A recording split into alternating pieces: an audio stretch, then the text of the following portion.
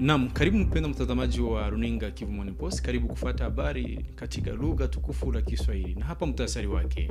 Hali ya wasiwasi ilipotiwa mjini Uvira hii Jumanne, Desemba tarehe 9 mwaka huu. Hali hii inatokana na milio ya risasi na milipuko kubwa kubwa ya mabomu iliyosikika mjini karibu ya saa 5 za asubuhi. Na wapiganaji wa FC M23 pia waendelea kusonga mbele kuelekea mjini Uvira baada ya Sange ya FC M23 inaripotiwa kufika Runingu, takriban kilomita 20 na mji wa Uvira. Habari.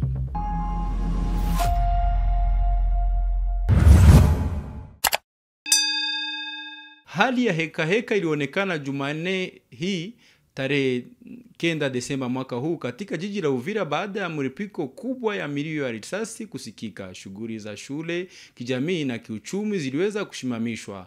Wazazi walikimbilia kuchukua watoto wao shuleni. Hali hii imesababisha wakaaji wengi kukimbia nchini Burundi na Kalemi, huku AFC M23 wakisonga mbele kuelekea Uvira.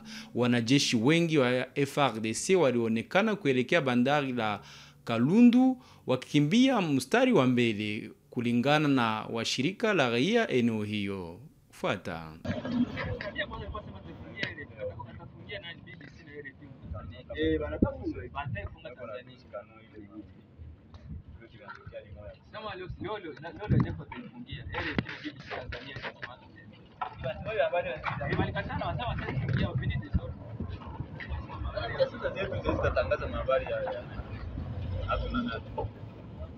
Media sabu. Nguzo kumba. Ile upeo. Kama kukali baba. Naomba na mai bwana. Hata njoo energy bwana. Sawa.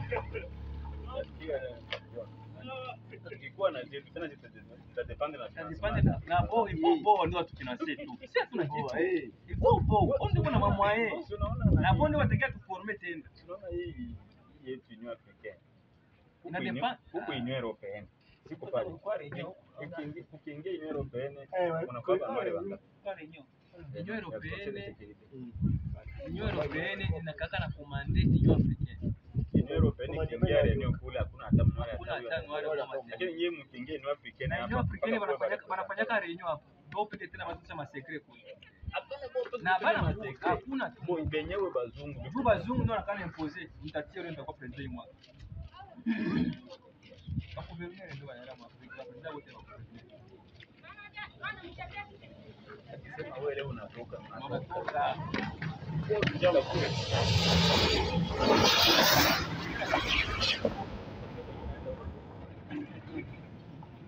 Hii itakuwa pale itakuwa mwili mchanga.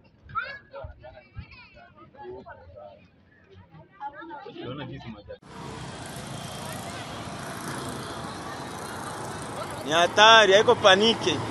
Ni vumbi na vumbi. Mama tuonana.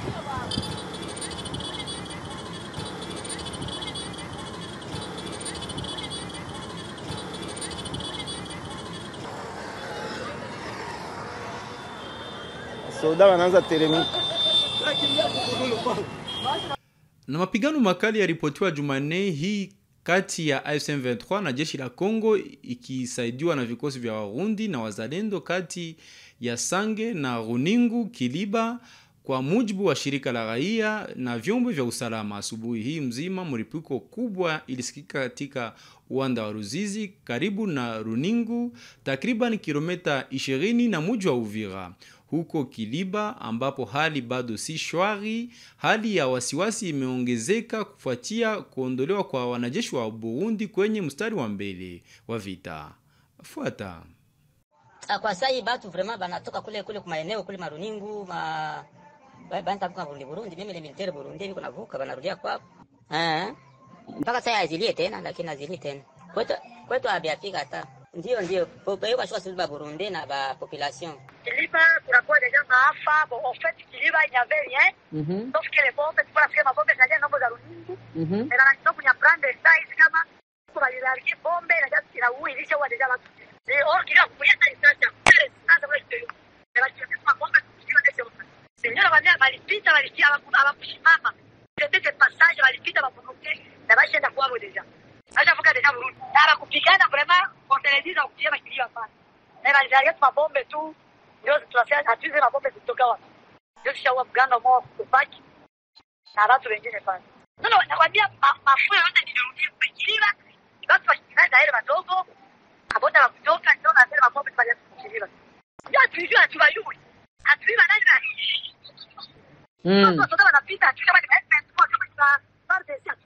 Tukibaki tu mjini Uvira, akikabiliwa na kusonga mbele kwa AFC/M23 katika uwanda wa Ruzizi, gavana wa jimbo la Kivu ya Kusini Jean-Jacques Perusi alizuru mji wa Uvira ili kuhakikishia wakaaji ya kwamba serikali ya Kinshasa inaendelea kulinda mji wa Uvira na kando yake.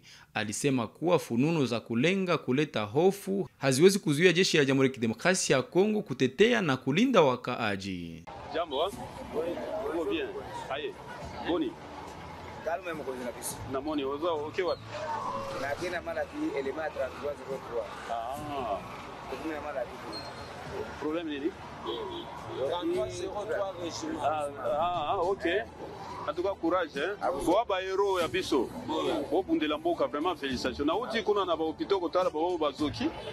Mais ça va nzamba osonga. Nino ne bo peso biso makasi. Non, tozali. Ko biloko nyonso bino ba. Merci. Yo za tozo telema makasi na bino ne ko pesa biso puissance. Merci. Aye. Oh bien. Notre succès bakoyeba. Bakoye. Na ba ennemi wakozwa musonga. Okay. Ndio. Wacha na amani baba. Ndio vile. Una style baba. Jo ile bwana. Wacha na amani. Njoo kukuona. Habari. Emi huyu wa. Kamiaka. Asante mama. Ninafurahi sana. Ndio.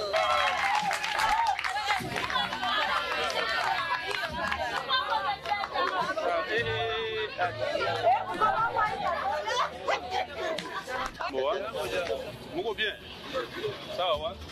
Afu. Jambo mama. Na mimi nafurahi wa. Jambo dada.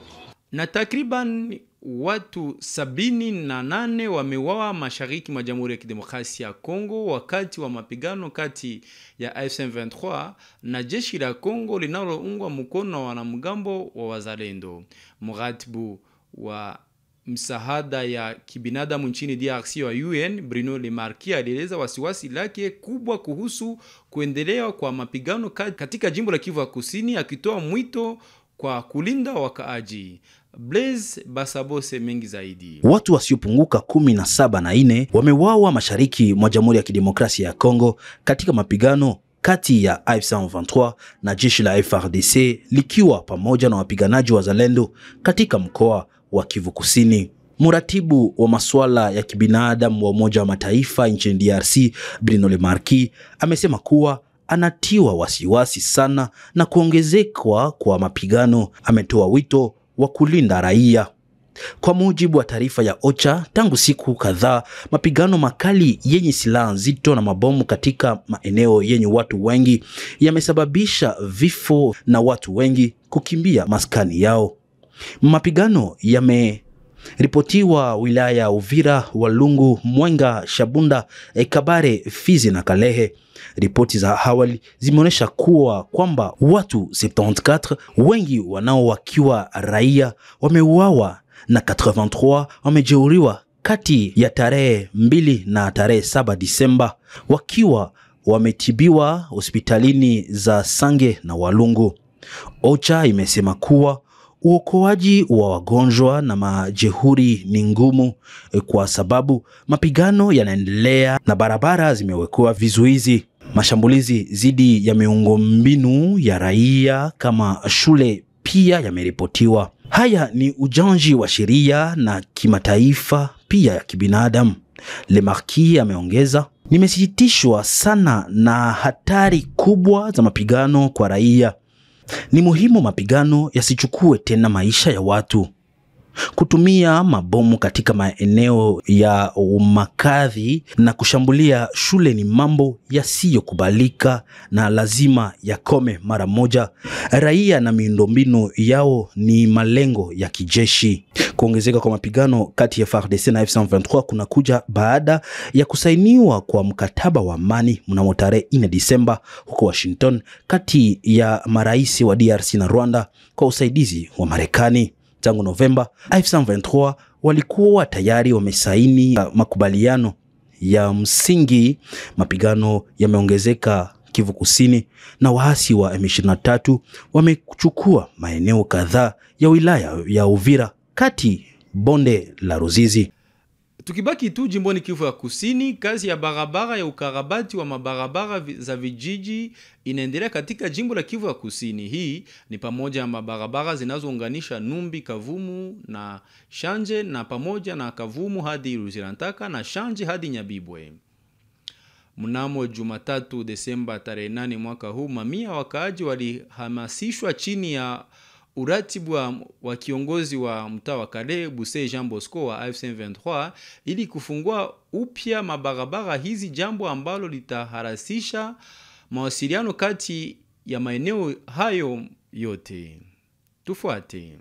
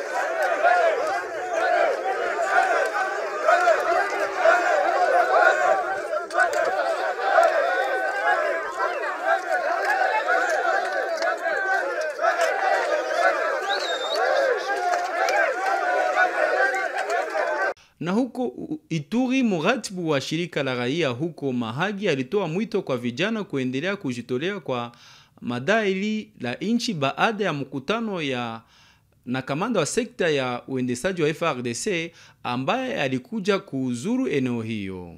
Le commandant secteur opérationnel Ituri, le général-major Perino Mandevou, avec à ses côtés les commissaires provinciaux de la police, le commissaire divisionnaire Ngoï Sengelo Akio, a d'abord tenu une réunion de sécurité élargie à la notabilité des Mahagi. Ensuite, il a rencontré les différentes composantes de la société civile. Wabe Koudou Innocent, coordonnateur provincial de la société civile des Mahagi, a demandé aux jeunes à se méfier de toutes les entreprises criminelles. À ces jeunes d'accepter de travailler pour la paix, accepter de remettre librement ses armes aux concernés. Ce sont les FARDC et la police qui sont censés porter ces armes à feu. Monsieur Jean-Marie Didefou, ancien porte-parole du mouvement Autodéfense, en a profité quant à lui pour interpeller les détenteurs illégaux d'armes. Le chef de l'État, le garant de la nation, nous a pardonné, a dit à tout le monde qui a pris hier les armes et qui voudrait revenir vers la raison, qu'il serait pardonné. S'ils revenaient volontairement, nos amis qui sont encore là, pourvu qu'ils soient aussi pardonnés comme nous, qu'ils reviennent à la raison, qu'ils déposent les armes parce qu'ils n'ont pas la raison de garder les armes. L'honorable Daniel Ouyewa, élu du territoire d'Enjugo, a appelé les jeunes de Mahagi à se méfier de la milice CRP de Thomas Lubanga, un allié d'M23.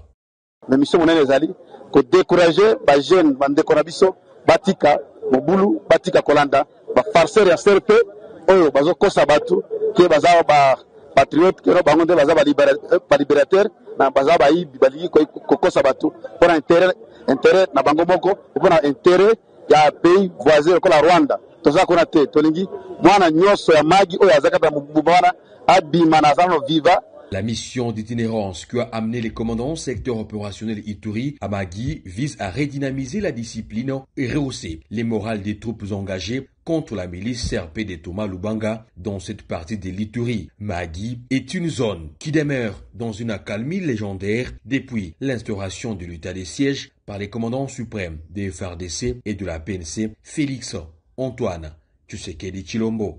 Naam, na hapo ndipo tunatia nukta kabisa kwa habari hizi katika lugha tukufu bora ya Kiswahili kwenye Kivu Morning Post, na kualika kuendelea kulike na kusupporti Kivu Morning Post. Tuonane baadaye. Asante.